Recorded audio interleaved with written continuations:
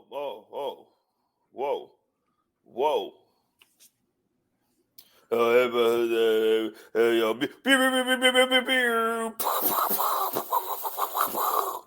Ladies and gentlemen,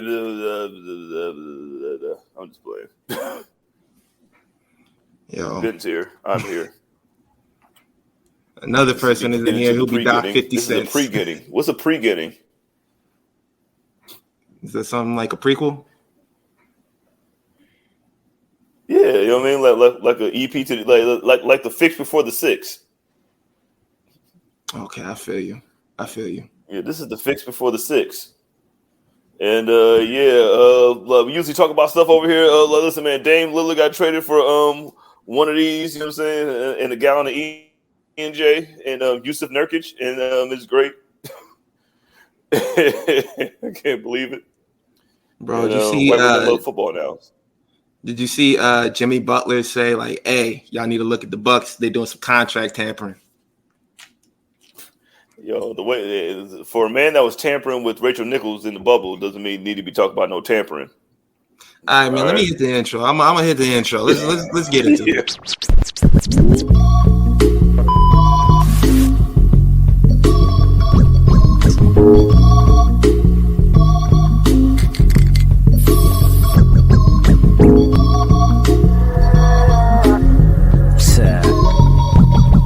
Tell him. I probably send your wish to give me some chicken. If you ain't know it, love, then listen.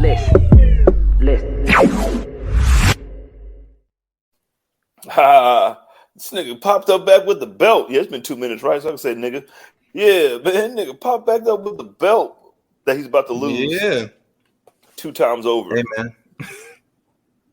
Hey, man, why don't you tell the people who we are? If they're first time listeners, just let them know who they are. Let them introduce the champ right here. That's what I want you to do. Introduce the champ.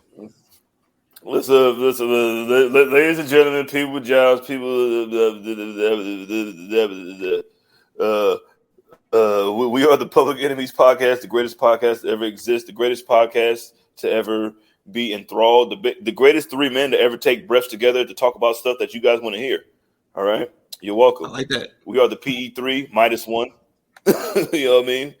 The Red Ranger's not here. You know what I mean? He has to do grown-up shit, and he wants to see how we're going to survive with him doing grown-up shit. And then this is going to be the episode where you definitely leave your younger, irresponsible brothers at the house by themselves, and then we're going to fucking tear this house up today. So you're welcome, and thank Graham for this. So thank you, Graham. And get that money. Tell Elon to pay us. Come on, man. Let the people know who I am. Let them know who I am. Yo, the champ. I first off, Big Gucci Jizzle, aka Trap McAfee. You know what I'm saying? 1/3 of the original PE3. Us three. And listen, the original. Listen, I only know one PE3, and it's this one right here. So you know what I'm saying? The other original of the PE3, the Waco Kid, aka the Benevolent Champ, Benevolent Benjamin. You know what I mean? He did the little Young Bucks. I'm saying did the little Matt Jackson pose. You know what I mean? Fresh off of winning the game with the Indianapolis Colts, Matt Jackson. What's going on, champ? Off the field goal too. I'm like, Gardner Minshew looks like Adam Cole, Matt Jackson, Andrew McIntyre all at the same time. I'm like, bro. Especially like every black dude got a friend that looks exactly like Gardner Minshew. Like every black dude got a friend that looks exactly like Gardner Minshew. He smokes more weed than everybody. Bro. He smokes more weed, but there are also like 3 holes in his bedroom wall. And you don't say nothing because you just over there to play 2K. That's it. That's it. That's all I want to do. If we getting on Warzone, like what are we doing? Like, yo, did you put your head through that wall, bro? Yeah, man. You know what I'm saying? You put your head through the wall for 1942. Hey, man, you better than me, man. I lost my kill streak, bro. Yo, I just be in the corner. Man, the whole time I just be in the corner. I'd be like, yo, man, seeing this man talk to his mom like that, I'm like, you know what? It ain't my mom. I'm just gonna I'm just gonna be over here before he start talking to me like that, and it's gonna really be a problem. But like you said, you hit the nail on the head. Graham's not here this week. The last few times I remember us being left alone together, we burnt the place down and we had to rebuild some of it. But tonight it won't be like that because we are mature adults and we can get through this together. Isn't that right? Yeah, we're gonna burn this place down. We're gonna leave it burnt down. That's what we're gonna do. I'm saying it's anarchy tonight, y'all. This is episode 270,000. 274. I knew I was close. 70,000 was close to 74. We are here.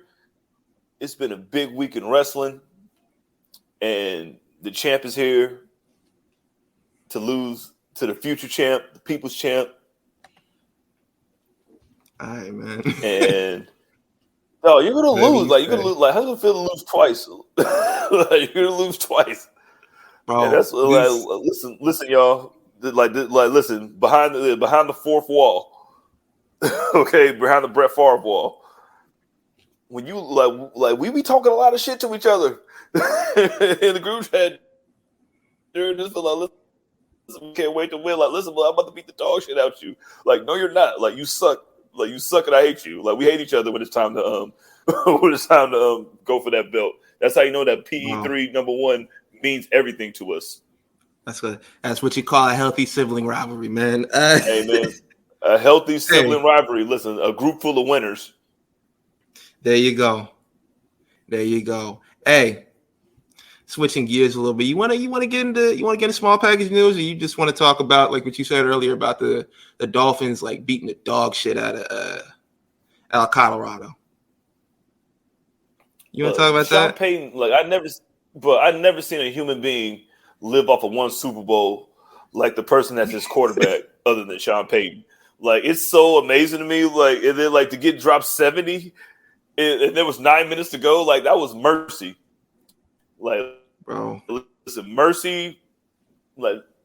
See, Mike McDaniels. I know he got an inch of black in him. You know what I mean? I know he got probably 4-5 centimeters of black in him. He's ambiguous. And the nigga in him, I know wanted to be yo, man, I want to drop 500. Yo, thank you, man. That's what, pardon self. You know what I mean? Pardon self. You know what I mean? Correction is not punishment. I know he wanted to put 112 on him. I used to be the ball boy. You didn't give me no nothing. And now you had to get beat. Not only did you get 70 dropped on you, but then you lost by 50. That shit is wild. Hey, no more Broncos country. No more Broncos country. The countryside is on fire. Bro, facts. Hey, man, hey. Speak you know what? Let's ride out of this conversation. Let's ride into small package news. We don't got no music this week. But it's okay. Imagine it in your mind and add it in post in your mind. No more Broncos country. Let's ride to small package news because these niggas suck. Yeah, new song. You welcome, y'all. All right, that's on point. Hey, small package news. We kicking it off this week with small package news. Sami Callihan has announced. Well, not Sami Callihan originally. PW Insider announced that if Sami Callihan did not reach a deal with Impact Wrestling by October 1st, that he was going to be leaving Impact. And later on that day, Sami Callihan posted that picture that I just had up of free agent, September 30th, 2023. So it looks like he's on his way out the door. And the word is also from PW Insider that there are a lot of companies who are, quote, interested in him. So, so good for Sami Callihan. I don't know too much about. Don't do that. Nah, man. No, Sami Callihan, cool. You know what I'm saying? He had a big moment. You know what I'm saying? Fighting the she who should not be named. That was his. And I think that's the one thing that I think that just effed him, that fucked him the most. He had that big old thing with Tessa Blanchard, and then that shit was a big ass fucking moment. You know what I'm saying? Mm-hmm. And in wrestling in general, just yo, man, she won the Impact World Championship. You know what I mean? And then he did that, he did that job. You know what I'm saying? It made it look like Sami Callihan is one of them. Like, yo, he's definitely I'm not gonna disrespect that nigga like that, man. I was just fucking around. Like Sami Callihan, no, he good. He's one of them ones. He's one of them ones. He could definitely be like he's definitely impacts Kevin Owens. Yeah, you know what I mean? Like throw him in anything and it's gonna be good. Facts. Look for Sami Callihan in a wrestling company near you in the starting September 30th. Somebody gotta sign him. Y'all got the money. Yo, I thought you were like, usually when I'm like, who do you think this person who's left whatever company is gonna sign to? And usually you say Impact. So he can't go to Impact this time. So there's that. We're not going to the USFL, you know what I'm saying? Where do you think you're gonna go? So what you got? NXT, like he can go to NXT and do he can take the Drew McIntyre route if he wanted to. He's Sami Callihan is he's just as good as fucking shout out to Cassius Ohno. He's just you can put him anywhere. He's definitely one of them system quarterbacks that you can just kind of drop in, and then he can do whatever you want him to do, man, because he's a wrestler, man. He's one of them slightly a shout out to the chubby niggas. You know what I'm saying, making the chubby niggas, you know what I'm saying, live out there doing backflips and shit. You know what I mean? And he's always been nice, man. It's just I think it just sucks that shit just fucking sucks that his fucking whole half of his legacy is tied to that bitch. But yeah, man. Hey, man. Yo, while we're on the subject of contracts, there was also some news this week about Eddie Kingston. He did an interview on ad-free shows saying that he had re-upped with AEW for a 4-year deal. 2 belts will do that. You know what I'm saying? 2 belts is a hell of a leverage. You know what I mean? Bro. Hey. Bro. He'll go over there and run Ring of Honor. You know what I'm saying? He's the Ring of Honor is in good hands with Eddie Kingston, and then he'll probably get rid of the open weight strong title in New Japan if he felt like it. But he probably could do both. He could probably hold both. Eddie Kingston's that nigga, man. Facts, man. Eddie Kingston, he is going to be putting both titles on the line against Shibata, and we're going to get into that when we get to predictions in just a few. But we have a couple more things for small package news. Let's see. SmackDown will be moving to USA Network starting 2024. Oh, and they're moving days to Tuesday. What about NXT? Yeah, it looks like right now, though, NXT and Monday Night Raw are up in the air.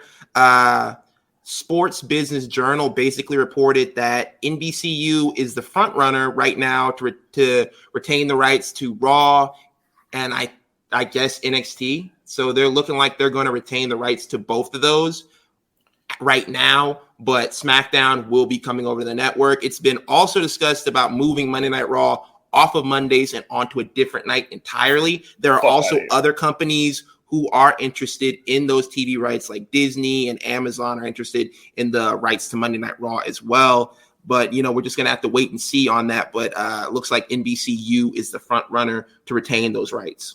I hope so. If it ain't broke, don't fix it. But listen, Monday Night Raw is not going anywhere. All right. That's the biggest thing on that network next to Law and Order SVU fucking reruns. All right. So that's not going anywhere. Hey, but Monday Night Raw. You go ahead. That is about as American as Monday Night Football. You know what I'm saying? But what I want to see, now I want to see what's on Fridays? Rampage? Yeah. You move NXT to Fridays and see how it competes with Rampage, and that's going to be the let's see how that shit goes. It'll be the Friday Night Wars that you guys love so much. That's what I want to see. They did Friday Night Wars for 1 week, and then they were like, "Yeah, we got the demographic," and they were like, "What about the numbers?" Yeah, we got the demographic, and it's like, okay, listen, man, young white boys and young niggas love this shit, and bitches that love them niggas that love this shit, and they love this shit, so they be liking this shit, bro. I want to see Rampage against NXT. I don't want that much wrestling on a Friday night, bro. I'm trying to sleep. I'm trying to watch a movie and fall asleep on a Friday. But if they're gonna night, move SmackDown, I'm an old man. If they're gonna move SmackDown, like, why not run them back to back? I'll run them head to head. Like see who's really like. Let's see, and then like whoever loses the first month, I'm saying got to move to 10. You know what I'm saying? Like, listen, we got 5, big dog. You got to go after. We got to go after the Ice Cube episode with Big Boy in it. We got eaten by the hyena. Like, you got to wait. Sick nigga, you sick man, bro. Yo, this is not the best way to segue into that, but like the next thing that I have for small packages in the last bit is LA Knight is out with COVID. Speaking of hyenas, no, this man is out with COVID. He was originally supposed to be a part of the ending segment on SmackDown. They were supposed to, like, with John Cena and the Bloodline, he was supposed to come out and take AJ Styles' place and like join up with John Cena, or at least that's what's believed. What was the plan? He got to the venue, found out that he had COVID. They told him to go home, and it was just like a whole thing. Right now, as of right now, John Cena is slated for Fastlane to be in a handicap match against the Bloodline. It looks like if he recovers in time, he will be back to help out John Cena and to, be his partner at Fastlane. But, prayers up to LA Knight. I know, it's been like COVID been out for a few years, but it's still, something you don't want to fuck with. Man. It's still something you don't want to fuck with. It's still getting 3-year contracts, dog. Like, somehow, man, like, they're still signing, like, yo, they signed TJ Ford again. Like, yo, who's giving these niggas contracts? COVID ain't going nowhere, man. T's and P's are like, listen, you don't take nothing. Any sickness, I take that shit serious. Like, get yourself together, and like at least they found it like as soon as you got in there. And then like now, like new shit, you only got to be out for 3 days and shit. So he's probably over there already working on this shit. So, you know what I'm saying? So shout out to the government not caring about us anymore. And just get your shit together, man. Listen. Whatever it takes to get LA Knight on my screen, I'm with it. Yo, man, give him the super soldier serum and let him get out there. Yo, Captain America. Yo, and they won't let Mark McGuire and Barry Bonds into the Hall of Fame. but Captain America is supposed to lead us against. All right, man. Yeah. Yo, man. Hey, get well soon. Yeah, facts. Do you wanna talk about AEW? Do you want to get into predictions for WrestleDream? Yo, before we get into that, let's talk about this little rumor that I heard. Okay, go ahead. About this man Tony Khan trying to buy like the entire New Japan Wrestling. Yo, word? Yeah, I heard through the grapevine in England of the talk of wrestles that they said that Tony Khan was trying to buy, like, just trying to like get a bid in to buy New Japan Wrestling, and I'm like, that's like you ever heard the definition of "fuck you" money? Like, that's just like, man, the niggas is like Vaughn. Shout out to Vaughn, man. Yo, that's crazy. Putting in a bid for New Japan Wrestling, just like walking in the Gato's office, like, hey, guess what, blood? I got $27 million right now for you. Think about that offer. Like, you know how all these fucking artists is selling their fucking masters for a whole bunch of money and shit. Think about somebody coming in like, listen, I got $67 million for you right now, for everything that you have. You with it? Bro, I get it. I get it in cash. Like, I can get it in cash. Like, we ain't even paid Trevor Lawrence yet. Like, we ain't paid that nigga yet. Like, that shit is crazy. Like, they were talking about him buying the New Japan. I'm like, there's no way you can buy New Japan. It was like, well, like Antonio Inoki, RIP. I'm like, I mean, motherfuckers is greedy, but I hope Tony Khan don't try to do that shit, man. Keep it the WrestleDream. Yeah. Facts. Like this, I think this is like what, the 7th pay-per-view of the year for AEW. Yeah, man. Oh my God. Oh yeah. Like, I think we talked about this before. Ben, I was like, man, I remember there was a whole bunch of people talking about, like, I love AEW because they only have a pay-per-view here and a pay-per-view there. And now there's a pay-per-view coming every month. Like, I mean, price of fame, big dog. I mean, like, my thing was I don't know how much longer you can like ask your fan base, and we're moving right on into the AEW conversation. But my whole thing was I don't know how much longer you can ask your fan base to put out $50 for like a pay-per-view. Like what you said, when it was 4 and you're paying like, I'm sorry, 60. So you're paying $60 4 times a year for a company that you want to help grow. $240. That's not really much when you're putting that towards something that you enjoy. That's like money you can set to the side. Like, that's right there. But like as it grows, like I think that Warner Brothers is like, yo, y'all got to put out 12 of these. So like imagine like now you're spending $720 a year. My whole thing is I think next year like it would be in the best interest of everybody to put it all on Max and just like do like every pay-per-view on there, because they are adding they're adding a sports tier to the Max, where they're going to be adding NBA games, NHL games, and there's a couple of more. So I think AEW would fit in perfectly, and you could do sort of a WWE AEW sort of a network kind of thing on there and put all of like your back catalog, and then you could add your new pay-per-views on there, because they are like do have like the Bleacher Report little thing that you could buy, like the shows and stuff on there. They have that on there. No, that's incorporated into the deal, I think. So imagine that, like you get like you put that on that little tier, that add-on for the sports for Max. I think that fits perfectly. That's lit. Yo, that's such a good yo, Ben, you're a fucking genius. Yo, like, listen, if you want to give Ben a check, you know what I'm saying, you got to split it 3 ways, because, you know what I mean, like he's part of the gang now. But no, that's a fucking like the WWE network, like this is exactly what they did. Like when the WWE network first came out, that shit was $9.99. But it was like you get every pay-per-view, and then you can watch everything else you want to do. They're like, oh, okay. And then like paying 10 instead of 60, that shit adds up. You know what I mean? Like if you want to pay $120, they definitely like, yo, if you want to like, yo, I'm surprised like none of these niggas ain't holla at Amazon yet.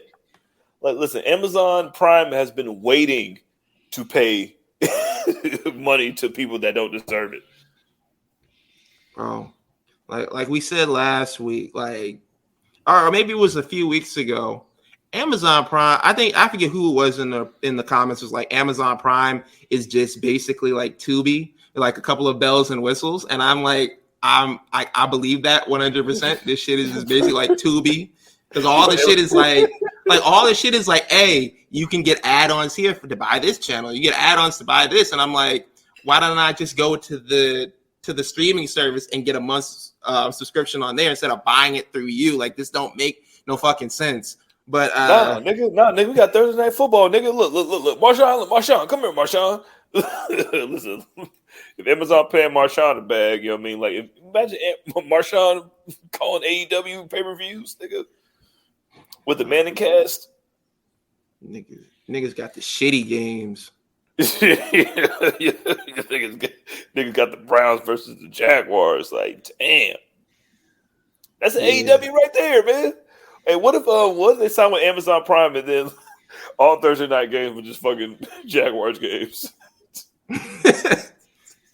Yo, it wouldn't be too much different than the Jets getting all of those like primetime games only for old boy to get injured. Them niggas sick. But you make that schedule. You were like, yeah, we're gonna have Aaron Rodgers play on this Sunday night. Then we're gonna wait a couple weeks, and then we're gonna have him playing this Sunday night.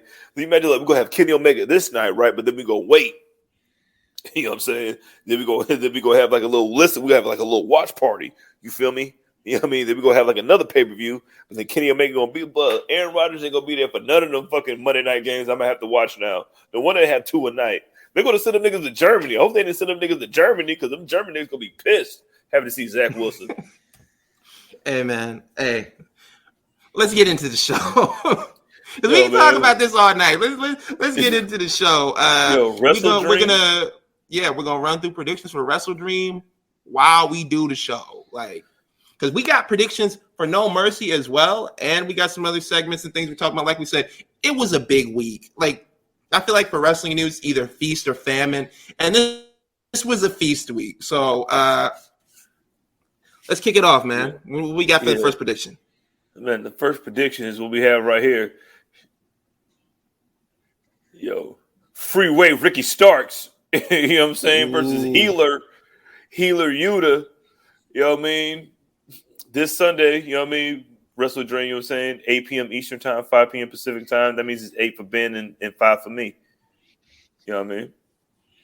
But, I don't know if you, I don't know if you saw like where this came from. Like Bryan Danielson had the match, like the Texas Death Match against Ricky Starks on Collision. And you know he did. He was like, "Oh, you couldn't tap me, couldn't pin me." Willie Yuta walks up to him like, "Hey, you talking crazy about my man's?" I got to step in and I got to defend his honor. I feel like Wheeler Yuta just be popping up when nobody fucking asks for him. It's like, bro, what are you doing here? Bro, we reference the Warriors movie a lot. Like Willa Yuta is Rembrandt, dog. Like you're Rembrandt. Like you the nigga that's supposed to be spraying the spray paint on the walls and shit, nigga. But like I like the enthusiasm of Willa Yuta because like he's a nigga that he's the nigga that wants to shoot first. He's the nigga that you can't get the gun to because he's gonna shoot the first nigga that he sees that looks at them wrong. And I respect that shit, but you about to get your ass beat by a king known as Ricky Starks. You know what I mean? I'm picking Ricky. Yeah. Give me Ricky Starks as well because I feel like after these 2 losses to Bryan Danielson, I feel like he needs a pick me up, and this would be the perfect way. Like I feel like he's had some really cool moments, and he's had some really cool things that he's done. But I feel like you need a dub in there somewhere. Like you can do cool shit all day, but you need a dub on your record. Like you could, you can go out there, you could throw for 300 yards, but if you taking an L, it's like, okay, well, I ended up on SportsCenter. Now what? Like, nah, you need a W in that column, and I'm gonna give it to Ricky. Yo, Ricky, I'd have done enough. I'm gonna lose to him, but Wheeler, I ain't losing to the little homie of the group. Like Wheeler, I think Wheeler has a good showing, as they say, in the most toxic place in the world at IWC. Like I think he's gonna have a good showing. I think he's gonna get all his shit off. I think he's gonna have all his moves, and I think Ricky is gonna make him look like $1 million, but he's gonna look like $722 million. And I don't think it's gonna be quick, but I think it's gonna be quicker than normal. And yeah, I got Ricky winning by murder. So yeah. Okay, all right, I like that. By murder, all right. By heart stoppage. Yeah, you know what I'm saying? Heart stoppage. He just quit. He was like, all right, blood, that's enough, man. Stop you kicking him in the head, Poppy. Stop it. Pause. Hey, what we got next? Yo, the match that everybody's been waiting for, the one that fans have been talking about, that they said that they've been waiting for forever. Wink, wink, nudge, nudge. No, you haven't. Stop playing with me, dog. Like you niggas, like you wrestling fans that try to make us feel bad for being not as wrestling fans. You wrestling fans wouldn't even worry about this shit. But I've been worrying about this shit right here. Old goat, Bryan Danielson against Zack Sabre Jr. In a dream match. Is the title on the line? It should be. Look. I got to give it to Bryan Danielson. Bryan Danielson, like, yo, y'all going to give me every win I ask. Well, you know what? He's like a selfless wrestler, so I don't know if he's asking for the wins. But either way, I'm taking Bryan Danielson, especially if the title's not on the line. Yeah. But I'm a selfless wrestler for my squad. I don't know this nigga. You know what I'm saying? But like, listen, he be over there doing stuff. But... Bro, ugly ass belt. I can't even that ugly ass belt. I don't even think I think I'm gonna go on a limb here. I think Zack Sabre Jr. is gonna get this one. I think it's gonna be. I'm picking Zack Sabre Jr. I think it's gonna be one of them. Like this is like Oh, like I'm a weird ass nigga. Like them weird ass like Mr. Perfect E versus Bret Hardy, just like moves on moves on moves. Like this is gonna be for that ultra super neck beard. Like this is gonna be for the neckbeard's dad. This is gonna be a neckbeard's dad match. Because it's gonna have all the moves, it's gonna have all the chin locks in it, all the arm drags, all the dragon suplexes. Like it's gonna have every move that you can think of, like all the submissions. Like this is gonna be like a mini submission match. All the people that you claim that love Kurt Angle versus Brock Lesnar, like the submission matches and shit. Like this is gonna have every single submission that you can think of, and I think they're gonna put on a show. I think this is gonna be the best match of the night, actually. Facts. Like most definitely. Like I'm like we said, like I'll take Bryan Danielson because personally, if I see like the title's not on the line, if the title's on the line, I say something a little different. But it's like, bro, I like yo, it's gotta be Bryan Danielson. And like this is one of the matches that he has been trying to get for a while. I think this is probably one of the matches. Like, you remember when he was trying to get WWE to fire him and he was just saying wild shit, like on Talking Smack and everything like that? I think this is one of the matches that he wanted to have where he was like, I really want to have that match. Like, AJ Styles, come over here. You know the earth ain't flat, right? Like, I want to go to Japan, bro. It's like, when you go to Japan, bro, you're like, listen. Daniel, I'll call you. Like, Daniel, I'll call you. Like, listen, you can go to Japan whenever you want, Daniel. Like, you can go to Japan whenever. I want Zack Sabre Jr. Listen, Daniel. I don't think you want that right now. You just got off the like, nigga, I don't give a fuck about none of this shit. It'll definitely be one to watch. What we got next on the card? Oh man, what's next over here? Is this Aussie Open versus FTR. FTR bald and FTR not bald. FTR blicky. OTF FTR. You know what I mean? OTFTR blicky. They're gonna be Aussie Open. Like, I don't know why they just shoehorned them into this. I think they shoehorned them into this shit because the Acclaim have the Trios Championship. It was like, hey, we're here. Like, you know, we're signed, right? It's like, it feels like one of those matches, but I don't like, I haven't seen like much hype behind it because like, I be like, sometimes when Dynamite is on, I be trying to like, you know, get things going and everything like that. Like, I be putting the kids to bed and all that. Sometimes I miss some of this stuff. I can't remember if there was much hype behind this match. But I'm gonna have to take FTR. It's like, nigga, we not losing the fucking Aussie Open, bro. What the fuck? Like, they going over to Australia in the other company, nigga. You taking this L over here, bro. If you wanna go to Australia, nigga, you better call them niggas up. Ain't nobody gonna answer, but you still gonna call them up. Yo, if you lost to these niggas that just became a tag team begrudgingly for clicks. Like, you're not losing against the best tag team, probably the best tag team in the world when the Young Bucks don't feel like doing stuff. And and I just I think this whole AEW. No, I'm gonna get into the shit. Like, this whole AEW tag team division. Like, as much as they want to down this wrestling tag team divisions in general is in shambles, and it's niggas like FTR. And like Judgment Day, I guess, you know what I mean. But like, like niggas like FTR, like the Aussie Opens and shit, like they're trying to hold it down and try to make it.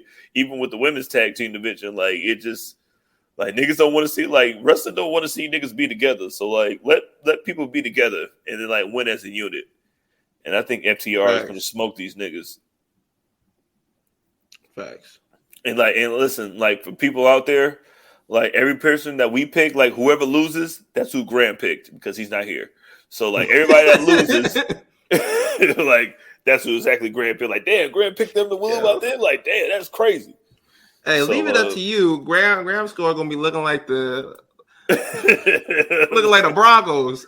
But look like, look, this nigga Graham dropped 70. Like, he picked everybody? Like, swear to God.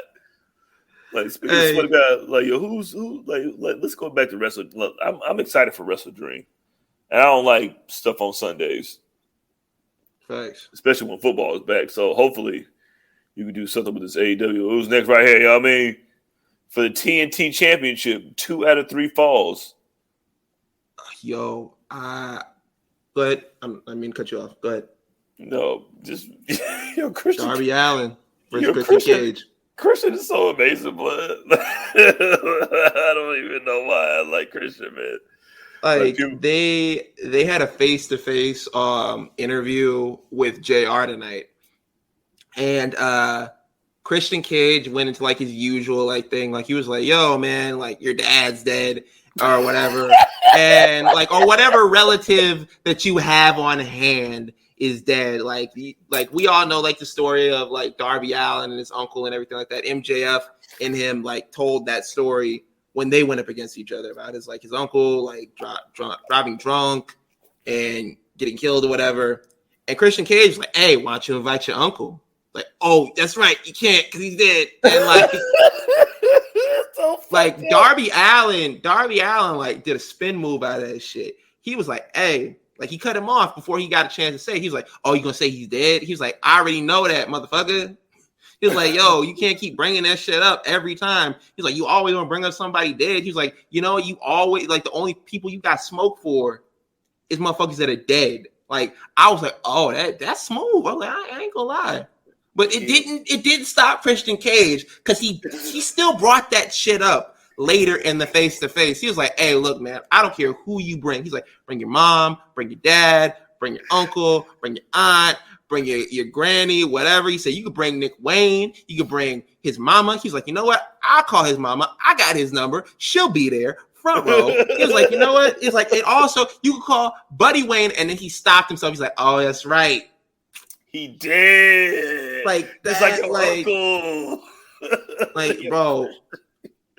He was just like, I really enjoyed it because I liked the part where Christian Cage like throwing all this stuff at him, and he's like, "You weren't even real like TNT champion." He was like, "Yeah, I was." He was like, I was a champion the whole time. Like AEW, like TNT championship, I was in the back." He definitely gave him the bunny rabbit. Then like, "Listen, all right, what, my uncle's dead?" Like, "Yeah, he dead as hell." Just like Nick Wayne. Yo, Christian is a cold. Yo, Christian damn near gotta win.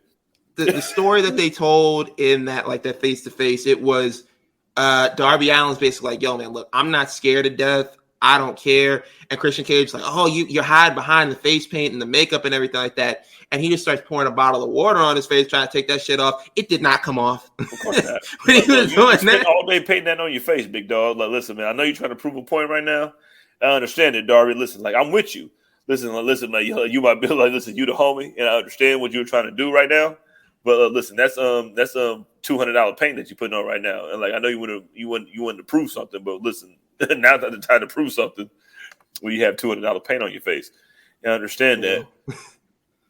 Yo, Christian damn near got to win, but I don't want him to win, so I think Darby's gonna win. Yeah. Does anybody pop up? I think where does Luchasaurus factor into this, as I say? I don't know if he's banned from ringside or what, but I'm going to take Christian Cage. Like, this run, and now he officially has the title. He won it off of Luchasaurus on Collision. Oh. So now that he officially has the belt and it's officially on the line, I kind of wanted to stay with Christian Cage, but I'm going to have to go Darby Allin just because I think like Darby gets it off of him. That being said, yeah. I'm like, if Christian Cage manages to hold on to it, I'm all for that. This man has been going crazy, and he wasn't even the champion. I'm trying to see the tomfoolery this man gonna get into as the actual champion. Like, that's what I want to see. But everybody needs Darby. Evil champion is so amazing for wrestling. Like, this is like, yo, man, look, Ben's like, yeah, man. You know what I'm saying? Yeah, what you do with your dead ass predictions. You know what I mean? Yo, I think fucking Yeah, I think Darby's going to hold on to this one, man. I think they're going to give him his moment. Give him his due. And, yeah, man, the Sting pop up, who knows? Does Sting pop up and beat up Luchasaurus, or does Sting and Luchasaurus become a unit and beat up Christian to help Darby win? That's a good idea, too. Like, it might be one of those situations like, man, I'm tired of you. Like, you stole the belt off of me or whatever. Like, it might be one of those situations, but I'm going to give it to Darby. Like, it's a hometown. Like, this is his hometown, right? They're in Seattle.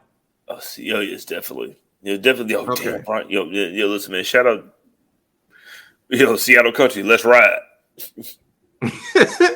Yo, what we got next? Man. I mean, this is the match that I've been waiting for. Like anticipation to the build up, because like I fuck with both. Like I know Keeks fucks with one half, because you know what I mean. Hangman Adam Page, you know what I'm saying? Got rid of the noose, you know what I'm saying? That's when I started fucking with him, you know what I mean? So he's been the top 5, in my opinion, since he got rid of the noose. Against Swerve, Yeah. For those of you who are listening to the show, we are doing is doing the Prince Nana dance. Yep. The Prince Nana dance. Like, listen, I know my brother in arms said, whatever y'all paying Prince Nana, he needs about double and $1 more. Yeah, facts. Because that shit is amazing. I think, like, just like when I said the Zack Sabre and old GOAT Bryan Danielson match might be the match of the night. This there might be the match of the night too, blood. Like, yeah, like this is the one that I was looking forward to when I was like, yo, I really want to see that match. Like, I'm like, this is the one for me. And they had like a really cool like face to face tonight, and I was like, yo, it really just furthered what I thought. I was like, this match is I can't believe we haven't got this before. That's how good that segment was. I was like thinking to myself, I was mad at Tony Khan for a second. I'm like, how the fuck? I'm like, why'd you book this before? You remember like the skit on Chappelle show when he was like, yo, man, he was thinking about Arsenio Hall. He said he eating cheese right now, and he probably getting mad if they didn't tell him how good the cheese was. That's how mad I was that we didn't get this match. I'm like, why you tell me the cheese was so good, man? Why you tell me I needed this match in my life? Because I need it. And this is gonna be the match of the night for me. And I'm gonna have to go with Swerve. I think it's his moment. I think it's his time, especially like after the night. Like when they was doing sit down, like he brought up everything he said last week. He was like, last week you were talking about you would have been the first Black AEW World Champion if you had the opportunities that I had. And I was like, hey, bro, you stepping a little bit. I'm like, you from like you stepping a little bit. He was like, and he was like, yeah, he was like, who knows? Maybe you would have, maybe you wouldn't have. But I know that every time I got my opportunities, I knocked them out of the park. And I was like, why'd you have to say it like that, bro? Yeah, you know what I mean? Listen, got to put that news. Hey, listen, man, Adam Page, listen, Hank, that's why, listen, I'm picking, I don't want to, oh my God. Oh my fucking God. I don't want to pick Hangman Adam Page right now. Oh my God. Like whoever I don't pick, that's who Grant picking. But like, oh like this is like you're right, man. Like it's just like in the ring. Cause it's hella funny because like I enjoy Hangman and Swerve the exact same way. Like in the ring because they're just fucking dope. And then, like, you just want to see what's going to happen. Like, it is, like, you should have put Dream Match underneath this shit, too. Because, nigga, this shit is going to be, like, fucking, like, this might be the best match of the night. Meltzer, so give it 7.5 stars. Yeah. But,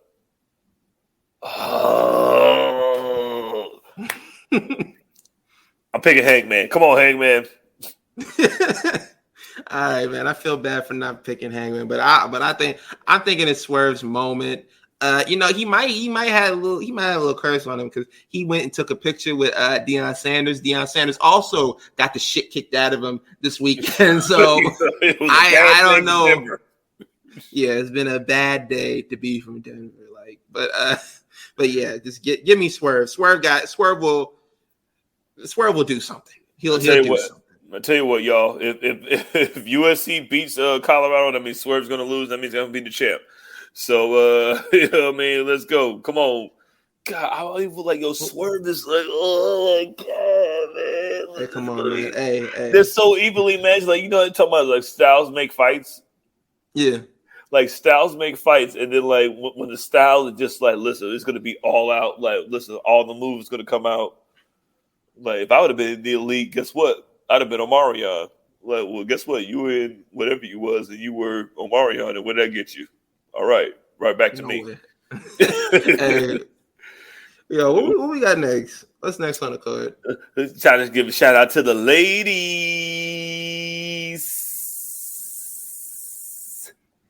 Yo, TBS championship match. You know what I mean?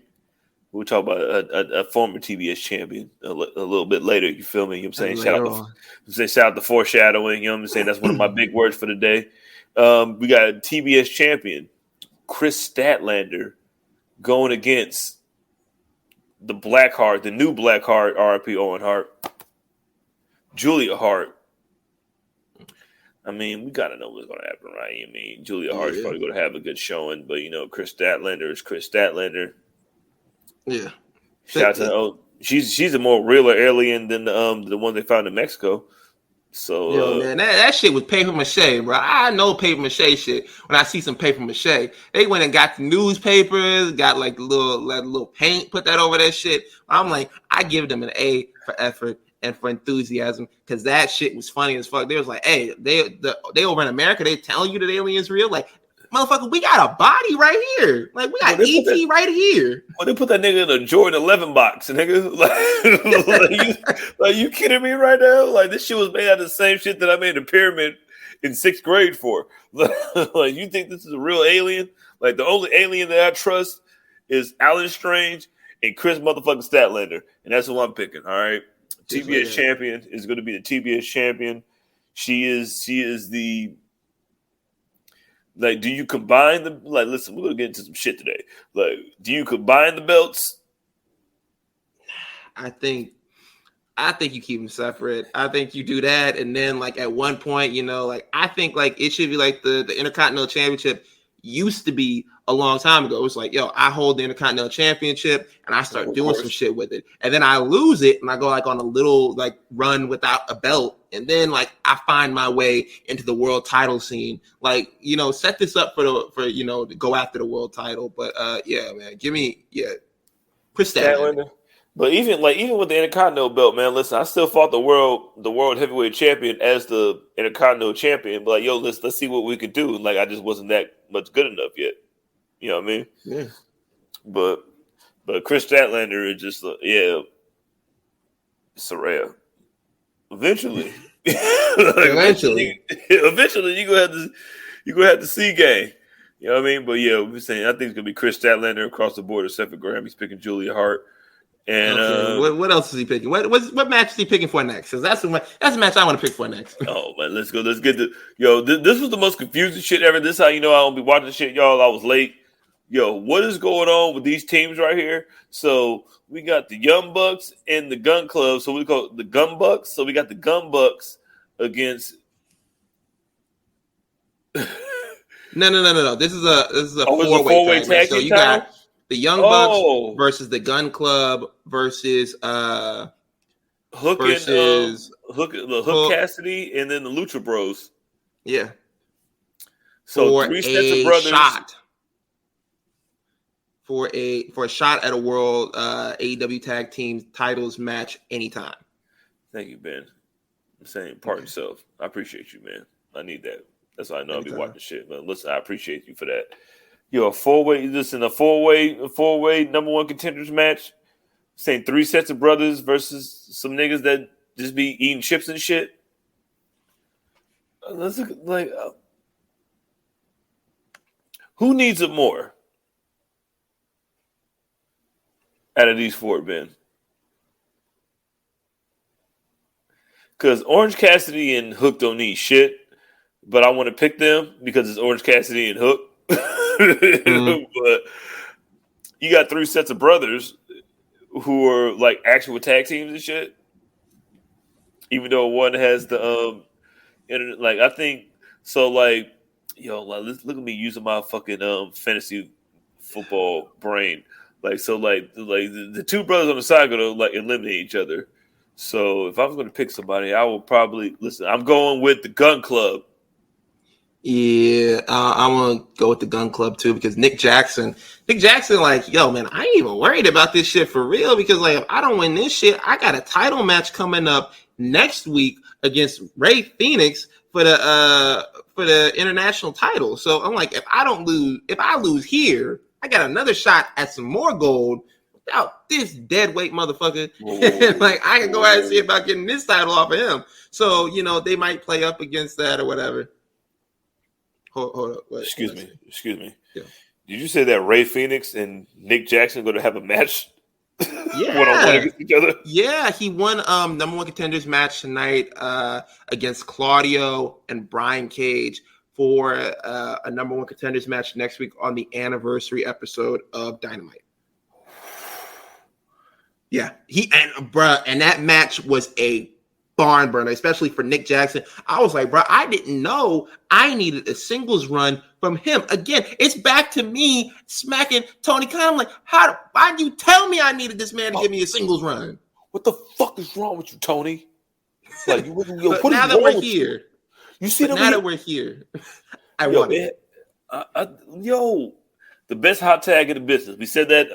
We said that a million times on the show. Yeah. We're picking the Gun Club, and Graham's picking whoever loses the worst. Yeah. And final match. Yeah. What's the final match? All right. It's the final. Chris Jericho, Ibushi, Omega against Sammy, Will, and Takeshita. I can't believe they're a fucking team, blood. Like, this is the most, like, this is exactly how All Out ended when they just had all them niggas, like, in that match to do a whole bunch of stuff at the same time. I'm gonna be completely honest with you. I don't give two shits about the Don Callis family. Like, I only care about Takeshita. Like, that's it. Like, it's like, yo, Sammy Guevara, and like I love Will Ospreay, and I don't really know if he's like really just like he's like the special guest star of the Don Callis family. It's Will like when he walks the Little in. Wayne feature. He's the Little Wayne feature of this whole entire group. You know what I mean? Listen, you're lucky that I'm here, DJ Callis. Listen, Don Callis is DJ Callis. We're gonna call him DJ Callis. So DJ Callis, he had to get Ace Hood, who's Takeshita. You know what I'm saying? A Little Wayne feature, who was Will Ospreay, and then Sammy Guevara. Just who was that? Akon singing, "I don't give a nobody say." So like, he's Akon without the building African countries. Man, say, yo, man, we was really out there fighting gorillas. And I'm like, you are a fucking liar. Akon, like, I know you, blood. You been locked up. Like, don't lie to me. Like, please don't lie to me.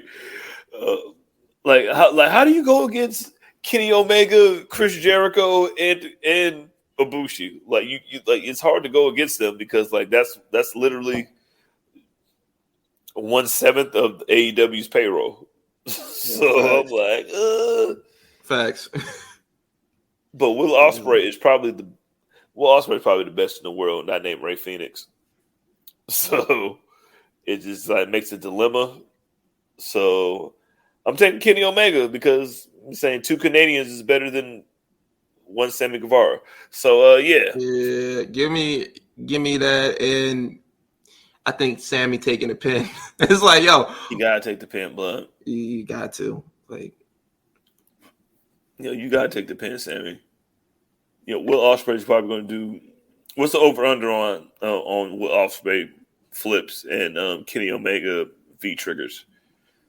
11. I think we see I'm thinking about 6.5 V triggers. Yo, man, at least 11 Will Ospreay flips. Yeah, somehow. Like we don't even know he's gonna be making them shit in there. He's gonna be like a double moonsault into a 450 splash. Some type of way he'll work it out. What's been the wind, bruv? Listen, I did that for Jeff Hardy, bruv. Yo, that's WrestleDream. That's on Sunday. You know what I mean? Like, even if you're not gonna watch it, you know you're gonna watch it. Shout out to tribalism because it doesn't exist because we're all fucking degenerates and we love wrestling. You know, facts. Like tribalism. Well, tribalism exists. It just don't exist over here. We don't give a fuck about company, wrestler. We like what we like. We don't like what we don't like. And you know, we try to keep a positive outlook no matter what, and we just push through. And if you don't like it, fuck it. Like we really don't care. And like if you don't watch the show, don't tell us about it. Like we don't need to know about it. I don't need to know about the shows that you don't watch, you bitch ass nigga, because like you're watching it. You're watching it because you're telling us that you don't watch it. Like, what the fuck are you talking about? Like, you niggas are so hilarious. It's just like the niggas that hate Braun but love Jordan, but hate Jordan and love Braun. Like, you niggas are no different than the NBA Twitter that you laugh at. The NFL Twitter that you laughed at. The IWC is way worse because it's been around longer, and that's why. Yo, Ben, you got a question? Yeah, I think I do got a question. I think I might got a question, man. Hold on. Let me see. Let me see.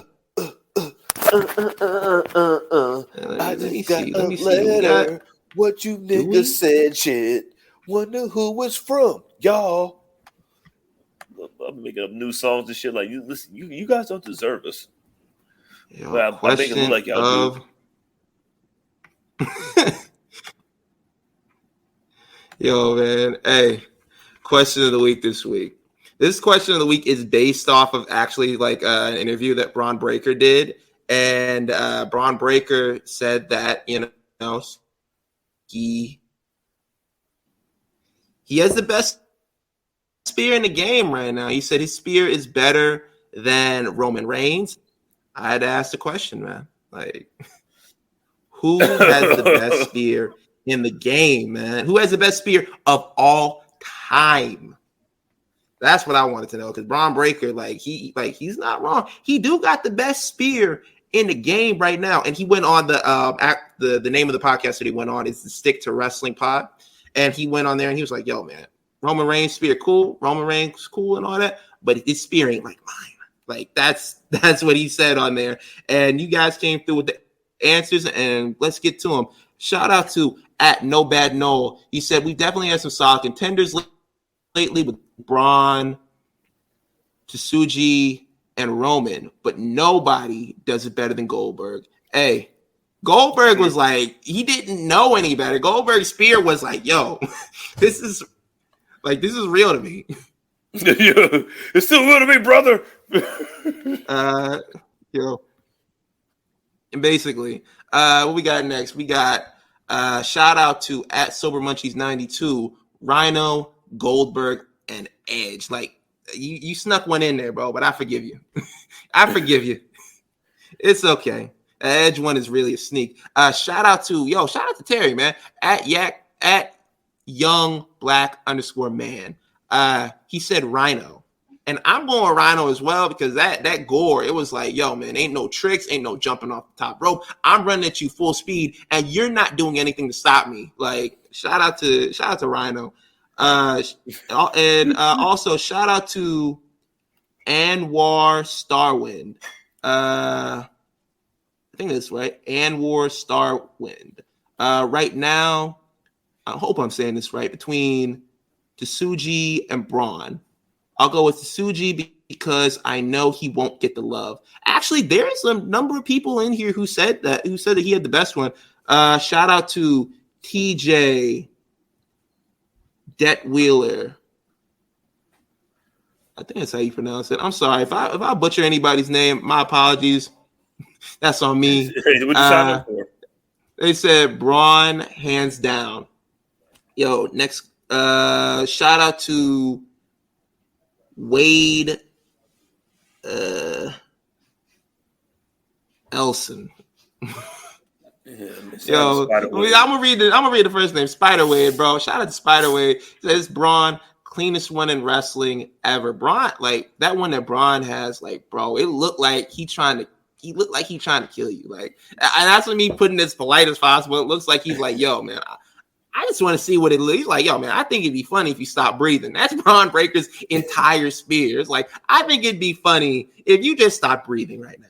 Yeah, what if all your lungs just left your body like a Mortal Kombat fatality? Like that, wouldn't that be funny? Yo, that'd be great, man. We'd all be laughing about it backstage. Yo, shout out to Erica. She said Edge. Shout out to at Thunder God Devo. Goldberg and Rhino. They had different styles, but both had the same result. They looked like they were running through their opponents in the most brutal, violent manner. I gotta agree with you. Yo, shout out to Tashimo, man. At Black Cream Soda, like, bro, like, always be showing love, always be in the replies, always be like in chat and everything like that. Shout out to you, bro. He said it's Goldberg, but shout out to Rhino's Gore. And that's my view on it as well. Like a second ago, I was like, man, Rhino got the best one, but I'm like, Goldberg, like, really just like, I don't think he knew any better as well. And that was just the thing of it. Like, yeah. Yo, shout out to A Man Has No Name 76 Goldberg in wrestling history. Currently, I don't know. I'm gonna read one or two more of these. Yo. Shout out to All X WWE. For the men, the best spear goes to Braun Breaker. For the ladies, the best spear goes to Kairi Sane. Shout out to at the Rodfather, not the Rodfather. Shout out to at Rodfather 94. Bobby Lashley did a clean spear in a suit. That alone puts him at the top. Yeah, man, like clean spear, no tears in the suit. Nothing. Didn't scuff the Stacey Adams shoes at all. It was like, yo, straight through, bruh. No problems. Shout out to at Blurred House Edge. No doubt. I had doubts. I have doubts. I've been there. I'll read one more. Let me see. We got at THFC Muss. Shout the Muss. They said that's Shinsuke? I'm sorry, I don't remember. No, that's two. No, that's it's not Shinsuke. That's bruh. Who everybody was like, yo. Yeah. Taishu? Who said like, yo, he wasn't gonna get the love. Yo, shout out to Tsuji, I think his name is. Yeah, Tsuji. And again, if I'm butchering any of these names, please don't get mad at me. Listen, correct us. You know what I'm saying? Man, like listen, tell us how to pronounce it. We love wrestling. Like it should be like for me. Like I think like I was going all like Goldberg. Like even much as I hate him for ruining the career of my favorite wrestler of all time, the spear was always on point. That's the only thing he ever did right. But Rhino and then just Edge go like this over and over. Like it's gonna be my top three for me. Yo, let's see what we got in the chat. We got G Nation, Rhino going Chris Jericho through the old school SmackDown set, so memorable. We got David Lavender. Without a doubt, Braun Breaker spear is immaculate. Yes, it is. Let's see what else we got for you. What else we got? Let's see. Stevie Richards had, let's see, shout out to Mr. All Days Off. Stevie Richards had a breakdown of the best spear on his channel. Hey, Stevie Richards be doing a lot over there. I didn't know Stevie Richards be getting views like that over on his channel. Shout out to Stevie Richards, man. Yeah, man. The 7 best super kick of all time. Yeah. All right. Tony said, like, I love Kyrie. Like, Kyrie got a good, like, she has the best. Better than Charlotte. I love you, Charlotte, but Kyrie a little better than you when it comes to the spirit department. Yeah, man. Like, I don't know if I've said this on the show before. I hate Edge's spear. I hate it so much.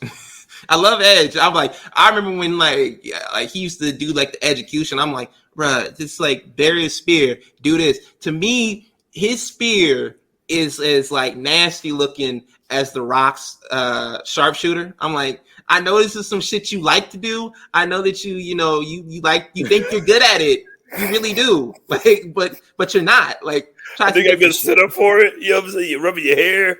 You know what I mean? It's all good. Like that's 90% of the move right there. Like, you know what I compared it to? Like Edge's spear, just like Chris Jericho's elbow, blood. Like, listen, I can see it coming. Like you're stomping up and down, and you're breathing hella hard, and you're rubbing your hair. And the hair's all over the ring. So I'm like, listen, I think a spear is coming, so you can jump right over it. That's why Randy Orton just jumped right over that bum ass nigga. It was like, yo, excuse me, nigga. Excuse me. Yeah, excuse me, blood. I thought you about to do something. Like, oh, guess not. Yo, man. Hey, thank y'all for sending your questions in. I mean, not questions. Thank you for sending your answers in. I know we don't say that enough, but we really appreciate y'all. Listen, we ain't us without y'all, and the y'all that's been there since this, and the y'all that's there right now for the first time, all in between. We thank y'all from the bottom of our little black hearts. And Graham's not here, except for Graham. He doesn't care about y'all. We're the only ones that care about y'all. All right. Yeah, facts, man. Graham don't love y'all. Where he at? If he love y'all so much, he would be on the show today. He would be here right now. You know what I'm saying? Like, listen, Graham not here. All right. So listen. Hey man, let's get into some more news that happened this week because, like we said, it was like a news-filled week. It was a lot of stuff that went on, and like we're gonna kick it off with there were some releases this week. Oh my god, man! Tribalism doesn't come in enough until the releases come in, bro. It's like I think like everybody saw these like coming around the corner, especially with the acquisition and TKO and everything, like acquiring like WWE and all that. And usually when there's a merger, usually, there are layoffs and people are getting fired, and it sucks. It really does. Like nobody like deserves to lose their job, and none of this is good. But there were some releases that happened this week. I'm gonna read some of the names off the list. We have Mustafa Ali, Emma, Rick Boogs, Aaliyah, Elias, Riddick Moss, Top Dollar. That one hurt. Shelton Benjamin, Dolph Ziggler, Dana Brooke, Mansoor, Mace, Quincy Elliott, Dabba-Kato, Shanky, Ulisa Leon, Daniel MacArthur, Bryson Montana, Kevin Ventura Cortez. Cause like a lot of them, like I think the worst part about the worst part about these releases and shit is just the extraness that comes with it. Just like, oh my god, if this person would have had another opportunity, and then like the other part of the spectrum when they talk about, oh well, yeah, he wasn't doing shit anyway. This guy sucks and shit. Like, listen, a person is losing their fucking job right now. Like, you're losing your fucking job, and like I think what it, like we talked about, like we said we like as soon as you said the name, like I'm saying, I got the same little pain in my heart too, because like Top Dollar is one of the fucking he's one of you wrestling fans are so fucking just disgusting sometimes when it comes to certain wrestlers. And it makes me like I seen the same thing that they did with like, listen, I didn't fuck with Matt Riddle like that, but he still. Oh yeah. My apologies. He got released as well. And I don't mean to cut you off. I just like go ahead. Yeah, like listen, like he lost his shit. Like I seen a lot of niggas trying to fake cape for Dana Brooke, and then like get their shit off about Dana Brooke. Like Dana Brooke wasn't a fucking staple over there. And they held her over there for a reason and shit like that. Like even Matt Riddle, like he like niggas like they put the battery in his back, and then like it just didn't work out. Like niggas lost their jobs, blood, and that shit fucking sucks, man. I just feel horrible for these niggas, man. Yeah. But like niggas like Top Dollar, who gets a whole bunch of shit just for being who he was, which is exactly what wrestling is supposed to be, just kind of sucks. And then like y'all niggas were just like. A lot of niggas were just like fake caping for people and then like reveling in niggas' fucking downfalls, man. That's just the worst part about this shit when it comes to these releases and shit. Yeah, there were like Top Dollar, that one hurt. Like, cause like I said, like he's a friend of the show. He gave us an interview. He gave us 2 interviews when he didn't have to. Didn't have to show up. Didn't have to give us his time. None of that. So we will always be appreciative of that for him and everything like that, for what he did for us. Like he's a good guy. And I understand that, people don't really like him, and you don't have to like him or whatever. And I'm pretty sure he feels the same way. Like you don't have to like him, but there's a certain point where calm down with some of the wild stuff that you be saying. Like I put out a tweet, and I just want to say this, from now on, and public service announcement. If I ever put in a tweet and I say we, I'm not talking about everybody around. I'm talking about the three guys on this show, me, Graham, CJ. When I said we believe in him, I saw everybody trying to be cute in replies, who, we, yeah, who, and doing the Uncle Phil OUI type video. Shit, we, you mean you guys, yes, us, nigga. And I'm like, bro, yeah, I'm just saying, this dude, friend of the show, good guy to us. When I say we, from now on, I mean the three of us. But moving along, there were some names on here that shocked me, like Mustafa Ali, because he was involved in a match at No Mercy against Dominic Mysterio, and for the North American title.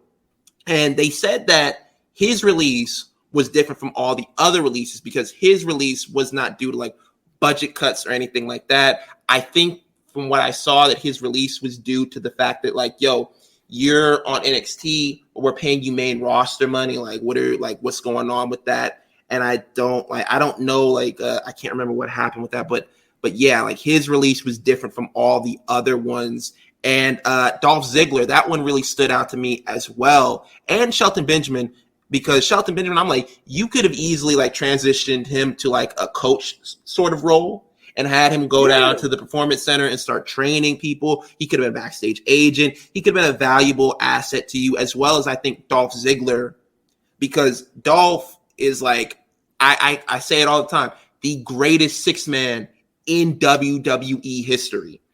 Dolph Ziggler, there was a running joke for a while. It's why is Dolph Ziggler getting all these world title matches? Who does he know backstage? It's it's not that he knows someone backstage. It's the fact that you could literally put him in anytime. But he's Jamal Crawford. Place. There you go. He's Jordan Clarkson. Whatever six man that you guys love so much. He was Jordan Poole before he got the Washington, before he drops 32 points a game on a 22 win team.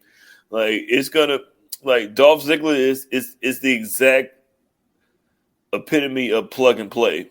Listen, whatever you need, just like the Miz, whatever you want to. I seen somebody put up some shit after he got released. You know what I mean? Because that shit hit me. Shelton hit me. Shelton hit me. Dolph hit me, and Mustafa hit me. It hit me hard. I was just yo, what? First off, Mustafa, you said, had a he was supposed to be in a program with Dominic for this fucking title. And then Dolph has always been the I'm talking about the consummate professional. Just the one Mr. Reliable. He's been Mr. Reliable for years. And Shelton is just, come on, man. You know how we feel about Shelton, the greatest athlete. If Brock Lesnar swears by you, then you're goated. And Shelton should be goated. And all them shits kind of hit a ton of bricks, because I'm God damn, man. Yeah. And then they released a lot of people that got released. Them just oh, okay, we kind of expected that. Oh, okay. I feel hella bad for Riddick Moss and yeah.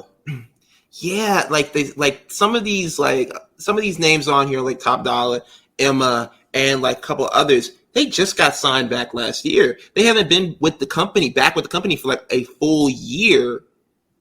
And I take that back. Top Dollar's been back for a full year. I think he's been back for something like a full year.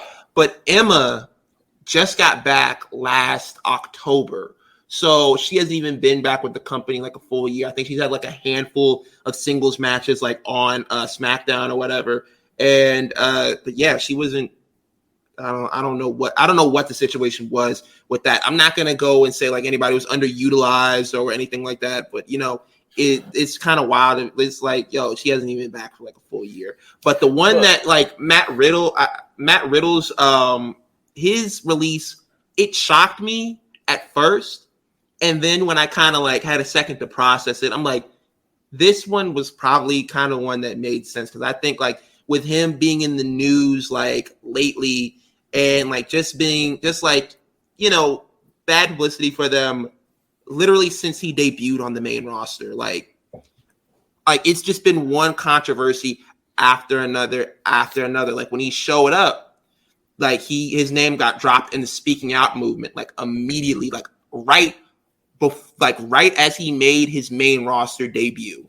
And it's just been one after another after that. So I feel like they waited for this time to kind of be like, you know what? We have some releases. Let's just throw him in there and kind of wash our hands of him. And especially when I found out like they were going to be merging with UFC, I was like, yeah, Dana White ain't gonna be one next to that man whatsoever. So I was like, I already know. He's like, hey, I got one favor to ask. I don't want to talk to this nigga ever again in my life. I do not like. It's not even like. And I think like it felt like WWE was trying to turn Matt Riddle into the Jeff Hardy, but he just wasn't good enough to be Jeff Hardy, So you're not worth the Jeff Hardy price. Listen, we paid a dear amount for Jeff Hardy. You're not him. So like I can understand that, but like I still don't want nobody to lose their jobs, man. So I just feel horrible for like all the people that lost saying in the releases, like, listen, like hold your heads, like I hope you guys do really good. But the thing with Matt Riddle is, and then we could jump over to the next thing. The thing with Matt Riddle is, like I said, like it's just been one thing after another, and it's like, at what point do we kind of say like, okay, like we kind of have to move on with you because like I feel like there have been some times where like they've given him the ball and he's just been kind of like self-destructive. You know what I mean? Like we gave you the NXT run. And you couldn't handle that. Like we gave you the little like makeshift could they coexist run with Pete Butch, and like that shit was the best thing going. And he's entertaining. Like listen, he can go anywhere that he wants to go and do what he wants to do, but you just got to go to a place that's going to put up with your shit. And like, listen, I don't need to put up with your shit. That's what it came down to. And it was like, bruh. It's just like I don't have to put up with your shit, dog. Like, listen, you're not the person who we just signed to a mega super deal right here. You know what I mean? Let's get to the main news because Black Excellence was on the Black Excellence tip. But like closing this part out, like CJ said, everybody who got released, hold your heads. Samoa Joe put out a tweet basically like, telling everybody like, hey man, look, don't feel sorry for yourself. Keep your phone on, answer your emails, all that. Like y'all, like the beautiful thing about, there's nothing good about losing your job, but wrestling is in a different place than it was like, let's say like 5 years ago or 6 years ago when something like this would have happened. It's like you have like a few options. Either you go to Japan, you work the indies, you can go to Mexico, or you can go to Impact. It was like now you have AEW, you have MLW, you have like other companies who are opening up, getting TV deals.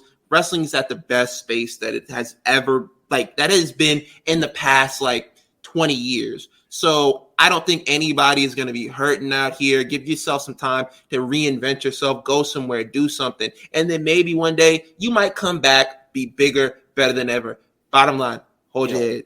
Ask Drew McIntyre. He did the same exact shit. Facts. But Ben, I want you to run ISO. But like you said, there was some other news this week. Run ISO on this real quick because the greatest news that I heard because of this. Look at this right here. Look at her. Know who that is? Signed a multi-year deal according to ESPN. Know who that is? Jade Cargill, as everybody's been speculating, signed with the WWE for a multi-year deal, and it's lit because ha, so-and-so from so-and-so, ha. And Ben, run ISO. Earlier today, yesterday, the news broke that Jade Cargill had officially signed with WWE. The news broken by ESPN.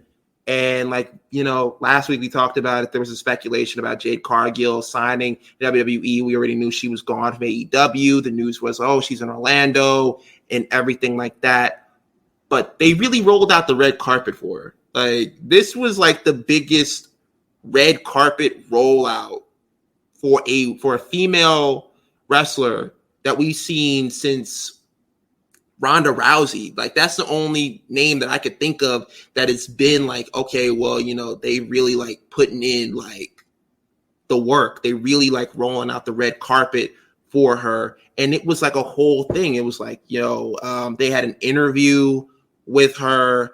Shout out to the Ringer. Shout out to Kaz for getting that interview with Jade Cargill. But they had everything ready to go. They had a video of her walking across the parking lot at the Performance Center. They had a video of her like watching everybody train, hitting the ropes and all that. So it was like a full rollout. And like I said, we haven't seen a rollout of this magnitude for a female wrestler since Ronda Rousey, right?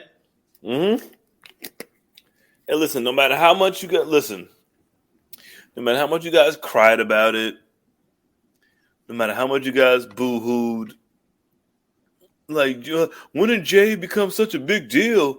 When did Jade become such a, like, when it becomes, like, you know why? Do you know what Jade Cargill had to do, which is unprecedented for any professional wrestler ever? Her first 2 years of wrestling, she had to learn on the fly in the public eye in front of all you niggas. For all the critiques, for all the ha, for all the green comments that you guys had about her, she had to do that shit in front of every single wrestling fan the entire time. And then, like, you know how hard it is to spend your entire wrestling career coming from another, because she was just like a fitness model and just like a black queen extraordinaire, and like she had like all her faults, all her flaws, all her mistakes were conducted in the public eye. And I don't think people realize how stressful that is when you don't have the benefit of the doubt, because the benefit of the doubt is taken away in Jade Cargill's perspective, because like her entire 2-year career since she's been wrestling has been on TV in front of everybody. And then you want to tell me that she's not a fucking star when they created a whole title for her? My thing is like you see it from both sides. Like you have some people who were, like, oh, she left and I can't believe she left, and like she's like she left the company and like she's a shill and all that.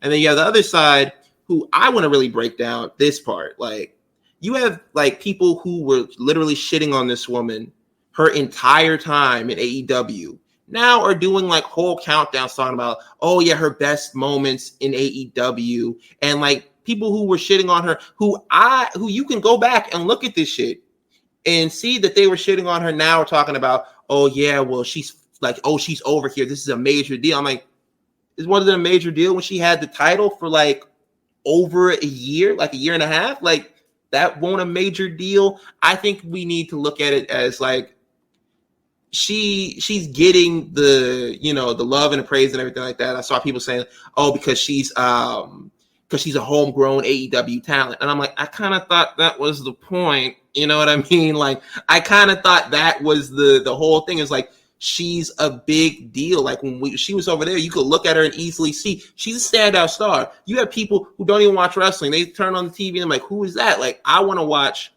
her on the TV or whatever and see what that's about. And I think WWE was smart enough to recognize that and just like throw the bag at her. And like right now, like it's looking like it's all like it's going to pay off, because like, the red carpet rollout has been insane for her. And like, quite honestly, I think like they're going to give like all like the big money matches and everything like that. Like people are saying like, talking about Jade versus Bianca.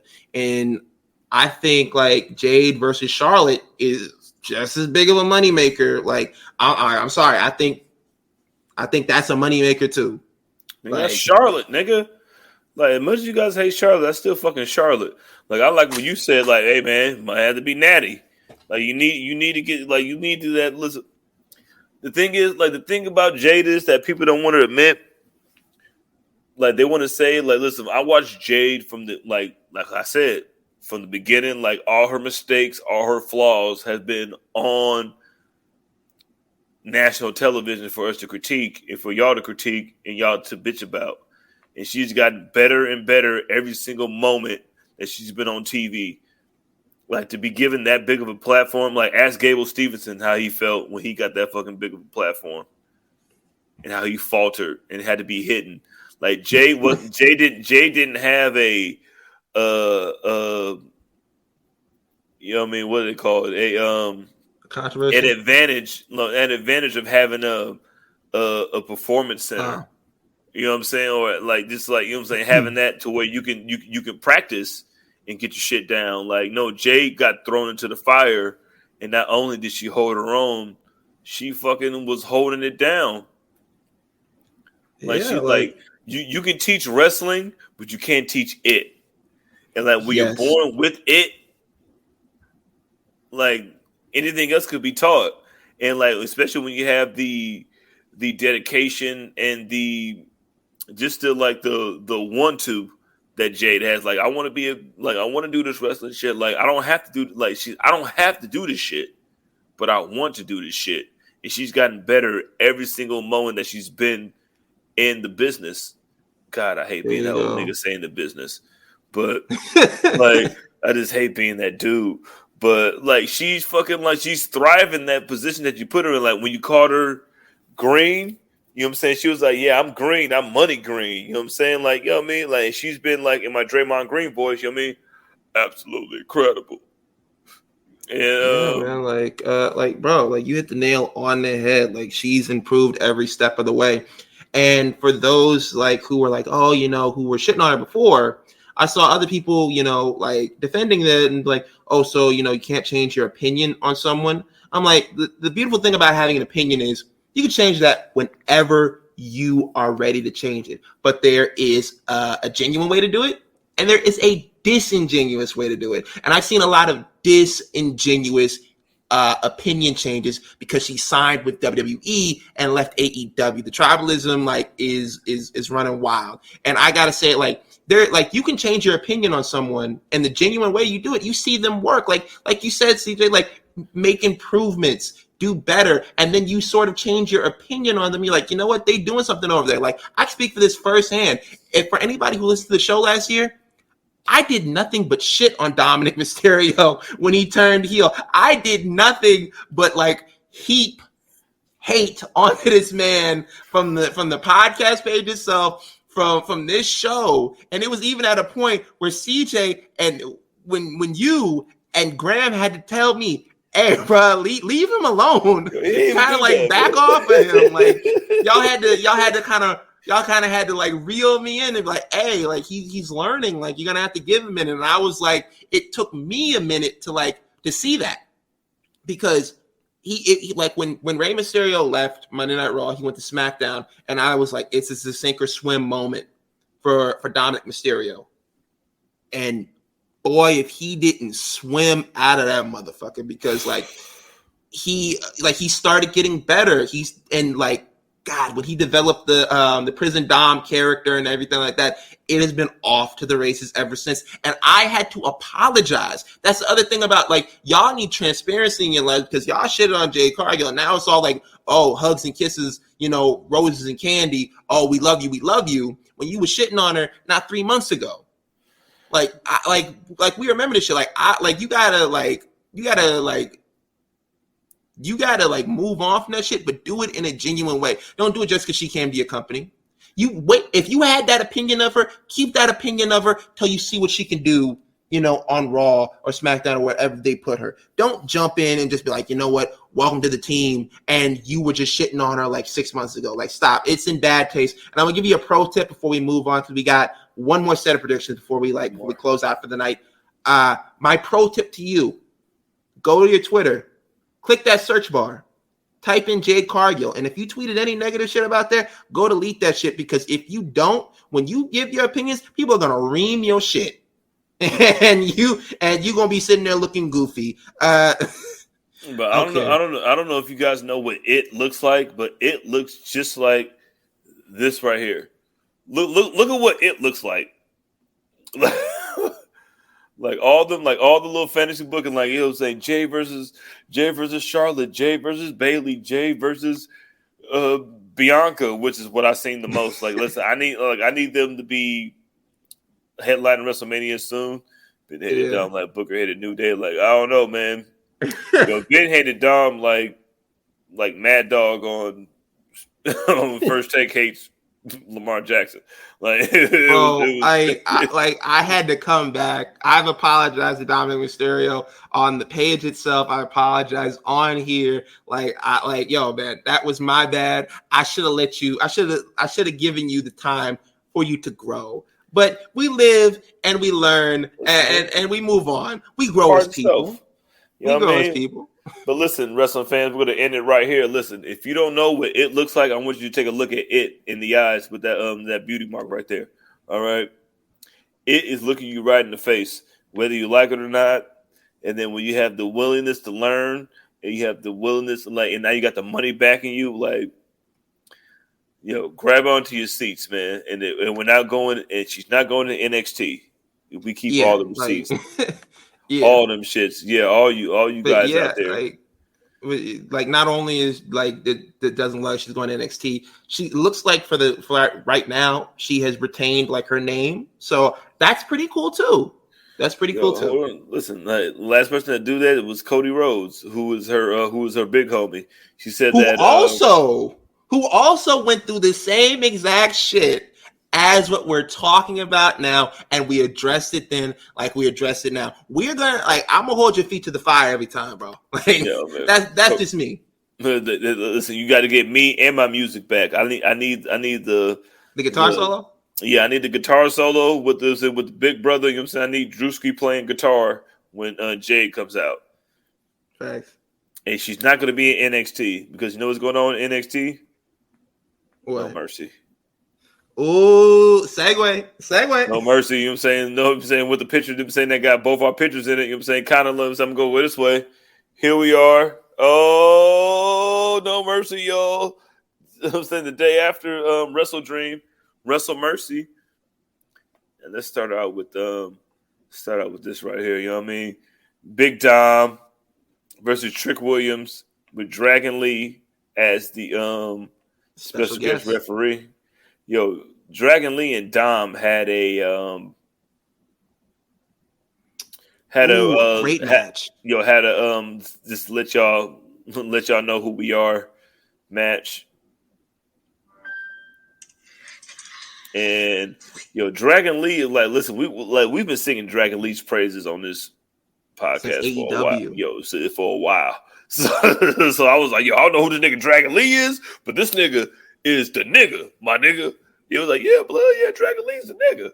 And then he went out there and usually they don't have I remember they did the same thing with Sin Cara back in the day, and a lot of these these lucha wrestlers that they pretend to care about. And he went out there and made you care about him. And then they had a fucking great ass fucking match. And then for Trick to go out there and win that fucking 4-way on NXT to get this fucking opportunity. I dare to think he has to win, but he's not. Yeah, give me Dominic Mysterio. But like you said about the Dragon Lee and Dominic Mysterio match, great match. I loved it from start to finish. Dominic Mysterio, like I said, he's improved greatly in the ring. Dragon Lee slowed it down just a little bit. You know what I mean? So he could keep up, and and I don't think it was that was a thing he has kind of a dumbed down his style for him. It's can't be shooting off the ropes 90 miles an hour and we're gonna try we're doing a little bit more than that. We're trying to tell a little bit of a story here, but yeah, beautiful match, wonderful. It was kind of we hear kind of a match, to show you hey man, this is what we got going on right here. But yeah, what you said about Trick Williams, Trick Williams went they're kind of furthering the whole Carmelo and Trick Williams dynamic sort of things. Like they're like, oh, you know, like we're cool with each other, and then like Carmelo Hayes will say something like off the wall. Trick Williams be like, yo, okay, it's like that or whatever, and it kind of like walk off. It's kind of been like a back and forth of that. So it gets me wondering, like if Trick Williams loses, does he go out and cost Carmelo Hayes his match later on in the night? I don't know. I was like, I had that bubbling inside of me. That's why I wanted to pick Dom, but like I didn't want to pick Trick now. I think I'm picking Trick. I'm picking Trick. Okay. I think Trick's going to win it because I think Trick needs to. I think that Trick Williams shit. I think they just realized how fucking entertaining and great Trick Williams is, and just like, you know, Shawn Michaels just like, we just strike on this shit while it's hot. That's what I've appreciated a lot from him. Like he's just like the stuff that's been going down on NXT. Like he noticed like, oh, they like that shit. Let's run with it now. Needs to run with Idris Enofe and Malik Blade as the tag team champions, but that's another conversation for another episode for another day. But DX been betting on Black for a long time, since 2006. So Graham's picking Dragon Lee. I mean, he's picking the special guest referee because Graham's not here. And you say you picking Dom. Yeah. And I'm picking Trick, you know what I'm saying? So we gotta have some kind of dissension in this predictions. Let's get to the next match. Speaking of Shawn Michaels fucking dealing with fucking bullshit on NXT, these two fucking pieces of garbage was fighting all through my nigga office, blood. Like, listen, blood. I'm over here sending these emails that I just got 2 days ago that I was supposed to send a day ago, but I forgot because I was high. And you know what I mean? And like, you think it's gonna come fighting through my office? Baron Corbin and LeBron Breaker. Come on, Braun and Baron. Baron nasty. Yeah, nasty ass name. I apologize. Hey. Like give me Braun Breaker, and it's like for me, Braun Breaker, like you gotta leave after this, bro. Like I know they want to have like the Von Wagner rematch and everything like that, and I know that's what it's leading to. Like, oh, he like Von Wagner beats him, then he goes to the main roster. But I'm like, I'm ready for you to get out of here, bro, because you're just spinning your wheels at this point. No, and plus, like with Von Wagner, like even if you beat me in a regular match, I still like almost killed you on TV. So like, unless you're gonna almost kill me on TV, ain't no get back in sight, big dog. Like I think I got Braun too. I think Braun is gonna, you know what I mean, like stomp Corbin's head in and then go right to the main roster to beat up whoever he feels like beating up. Because like, yo, there's only so many, like you gotta stop beating up the people at NXT, Braun. Like, come on, big dog. Like you gotta get out the East. You gotta get out the East, Braun. Like you gotta go to the Western Conference. Yo, it's like you gotta do that, bro. Yo, and let's get to the saying the most controversial match. You know what I mean? Tiffany Stratton versus NXT, the NXT Women's Champion Becky Lynch. Rollins, and give me Becky. Bro, man, I mean, I want to pick Becky as much as I want to pick her. Like, yo, Tiffany Stratton.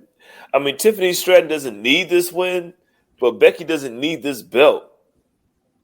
And it feels like it really feels like she's trying to do the thing that Charlotte didn't do when she had the NXT belt. So it's just kind of her trying to be like, well, I was going to do like whatever she didn't do, but she's going to end up being just as worse. Yeah. So that's why I want to pick Becky, but I'm picking Becky, but I think Tiffany is going to have, like, I can see Becky winning by like a roll up type shit. Like after like one of her little moonsaults type shit, like she just rolls over like on some rookie shit. But like, I think Tiffany has a good showing, but yeah, I'm picking Becky too. Yeah, like it's like the first month that Kofi and Xavier Woods went down there and they had the titles. Same thing with even like Dolph Ziggler. Like you're like, oh yeah, they're definitely gonna lose like that first title defense, give the belt back, and kind of like go on their way. And it's like, no, I'm here for 3 months, buddy. no, big homie. You know what I'm saying? Like, first off, you're lucky that I'm here right now. Like, especially with, like somebody with like Charity work. Look, big time Bex. You know what I'm saying? I'm literally doing what was that probation shit? Listen, like I'm doing like as a favor, Community service, bro. and because I feel like it. Like I think she wants to. Like I think that there's a ways that you can lose and still look good type shit. And I think that's going to be one of the moments with Becky. But I think we all know that Tiffany Stratton's the future, and we all know that Shawn Michaels just waiting for that thick little lion to get back from her knee injury because that's on the way. But I like Tiffany Stratton a lot, and I hope that she has a great showing. But I just think that she's not going to win this match. So I'm picking Becky too, and Graham's picking Tiffany. Like, what's really because Graham's not here. Like, what's Graham went all these? What's Graham went all these fucking things that we picked, and then he's just gonna win them all? Like, listen, I mean, y'all picked them for me. You feel me? So shout out to Elon. Cheap ass. Yo, let's go to the main event. What we got next?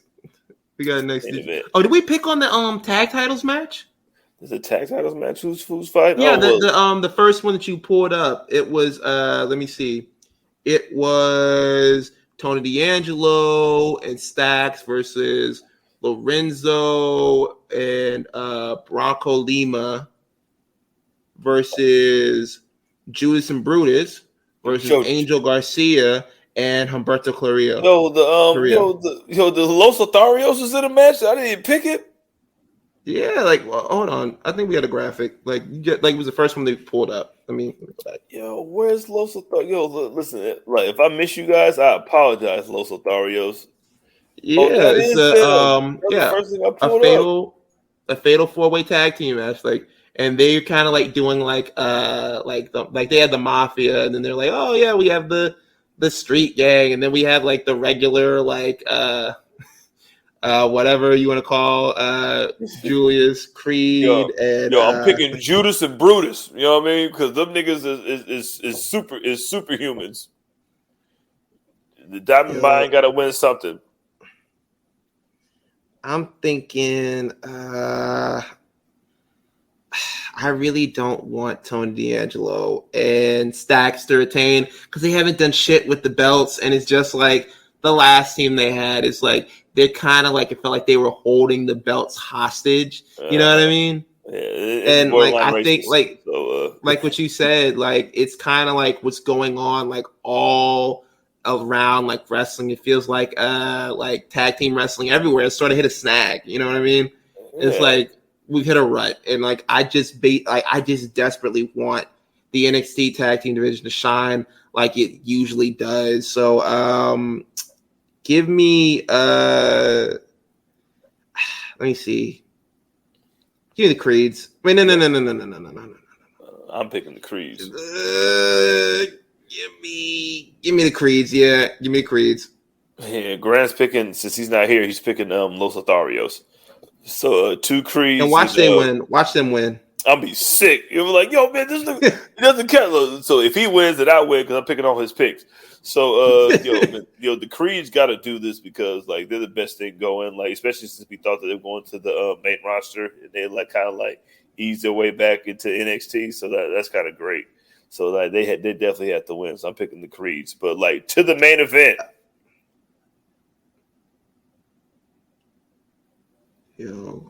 It's Carmelo Hayes versus Ilya Dragunov. That's a barn burner. That's a main event for your ass, you bitch ass niggas, whether you like it or not. Like this is a main event for your ass. I mean, like I think they're both probably going to bleed. Pause. Well, not pause. You know what I'm saying? Because women are amazing, and I'm saying that's what happens. And like niggas be bleeding sometimes. Like everybody bleeds. We're all human beings. We're all organisms. That's John Moxley. Yeah, you know what I'm saying? Like I think it's gonna be a John Moxley special. I think everybody's gonna bleed in this shit. But I'm picking listen, there's one person that don't miss, and it's not Dragunov. All right, he be missing sometimes. Yeah. I'm picking Melo to win in a, like you said, a bar burner, a slobber knocker, as they call it. Whatever you want to call it. Yeah, I think. Could this be match of the night? Of course, it could be match of the night. But yeah, I think it's match of the night, and I think like the runner up for me would probably that I think is probably gonna like be the next one is let me see, probably that tag titles match. I think my runner up is gonna be Stratton versus Becky. That's gonna Yo, be I one. like yo, I like yo, like I don't like listen, I don't dabble into the white meat. Listen, got a big butt, but like yo, Tiffany Stratton is lit. Like even from the beginning, like we were talking about Tiffany when she first came up in the joint when she was running around and like doing her little moonsault. But it was like yo, she don't know what she's doing yet, but like when she figure out, like it's gonna be good. Like I think she finally got that shit. So I think that's going to be. I think if it's not going to be this match, I think it's going to be that one. But come on, Melo, you are the one. Literally, you are the one in the two. You got to prove that shit to Ilya Dragunov, who's supposed to be going with Braun to murder the entire main roster.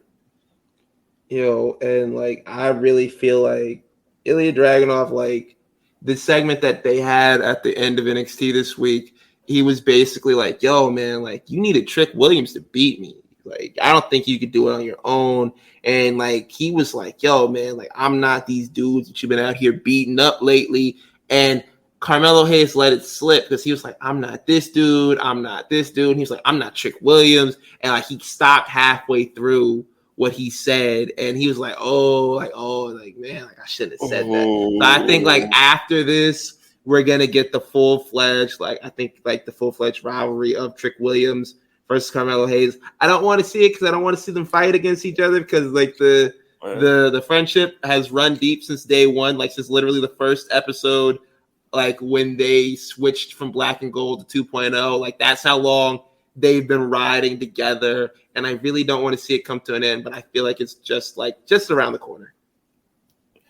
I mean, it feels like you also can have that same exact feud with everybody being elevated, and it just, man, I hope it just doesn't get to that. But Ilya, you getting your Ilya ass whooped out of this motherfucking blood. you about to get stomped out. But look at the shade. Look, they got his primetime shit. Listen. Carmelo Primetime Hayes is going to win, all right? Coach Melo is winning, all right? And Graham is picking Dragon Lee in this match because he's not here. So like he has Dragon Lee for every single match for this thing, and that is and for the AEW too. Yep. I'm saying it's Dragon Lee. It's Dragon Lee and Chris Statlander. That's it for predictions. Do you have anything else you want to add to the show before we get out of here? Only that. Let's get right back to look at her, blood. I just want you guys. All right, now listen. No matter how much you guys don't like it, haha. You know what I'm saying? I want you guys try to push a whole bunch of nothing into my face, and then they didn't have 1/100th of the it that Jade was born with, let alone the thing that she's willing to work for. And just enjoy the ride, man. Enjoy the ride, just like you enjoyed the ride of this motherfucking podcast, man.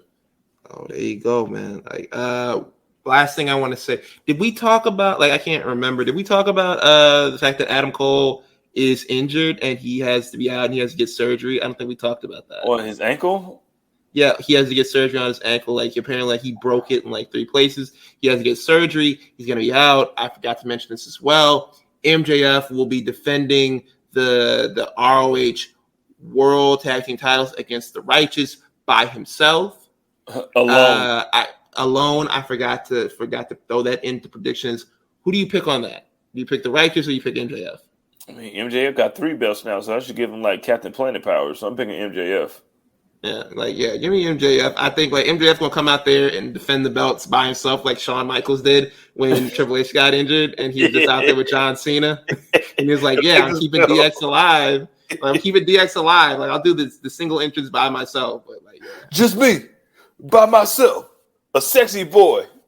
You feel me? No Triple H. Yeah. And also, there looks like they're building towards Jay White versus MJF, and I'm here for it because they had an excellent promo and they went back and forth and it was great. I can't wait to see where they go from here. But that's all I had left to add. Just a little bit of cleaning up before we get out of here. Yeah, man. Thank you, man. Tell the people where they can find you. Hey, man, you can find me at That's Me. You know what I'm saying? The super chats are on, which you should have been giving us money, but you didn't. Pieces of shit, but we love y'all anyway. But you say at the enemies PE3. You know what I'm saying? That's what I'm saying. That's the hub. You know what I mean? I'm at That's Me at _that's_ me with 2 E's because I'm saying I'm twice as good and twice as fun. Pause. Because I know y'all niggas be trying to do some weird shit. Graham ain't here. You know what I'm saying? As y'all can see. So that's why I went for 20 minutes extra that we supposed to. But he's oh my God Graham. You know what I'm saying? Like oh my God Graham, literally the king of the church emoji. And I'm gonna throw it to the champ for now. And you can tell him like he can throw it and then like follow him and then like say your shit. You know what I'm saying? Hey man, you can follow me on Twitter, Instagram, TikTok at _SonOfMars_. And you can follow us everywhere at the enemies PE3. That goes for Twitter. That goes for Instagram. That goes for even TikTok. That goes for everything. And you can go to the link tree on the Twitter at the enemies PE3 and it'll show you everything. So you don't gotta put in the pesky you don't gotta type it in or whatever. You just go there, click on the link tree. It'll take you everywhere you need to. It'll take you to the Facebook group. It'll take you to the Twitch. It'll take you to the Discord. It'll take you everywhere. But also support the Patreon. Do it. Patreon.com/Public Enemies. Tap in, man. We got some good stuff. We got some good stuff over there. We got some good stuff on the way. CJ holding it down over there. We're gonna be uploading some new episodes of the Time Capsule. That's the show. Me and Mighty Vin. We talk about old school sitcoms. Like we got it in the works, so we're gonna do a review of The Last Dragon.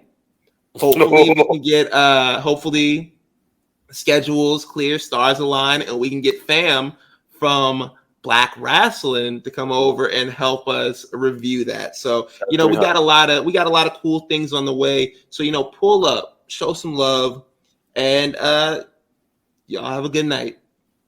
Hey, man, as Grant would say, take care of yourselves and each other. Unless you guys don't love each other, then just take care of yourselves because yourself is number one. And deuces, Dame Lillard, haha, welcome to Milwaukee. That's contract tampering, bro. That's contract. Yo, that's tampering. Rachel Nichols. All I ask is when you lay your head on that pillow at night, I gave you everything I had. You did. I gave you everything I had.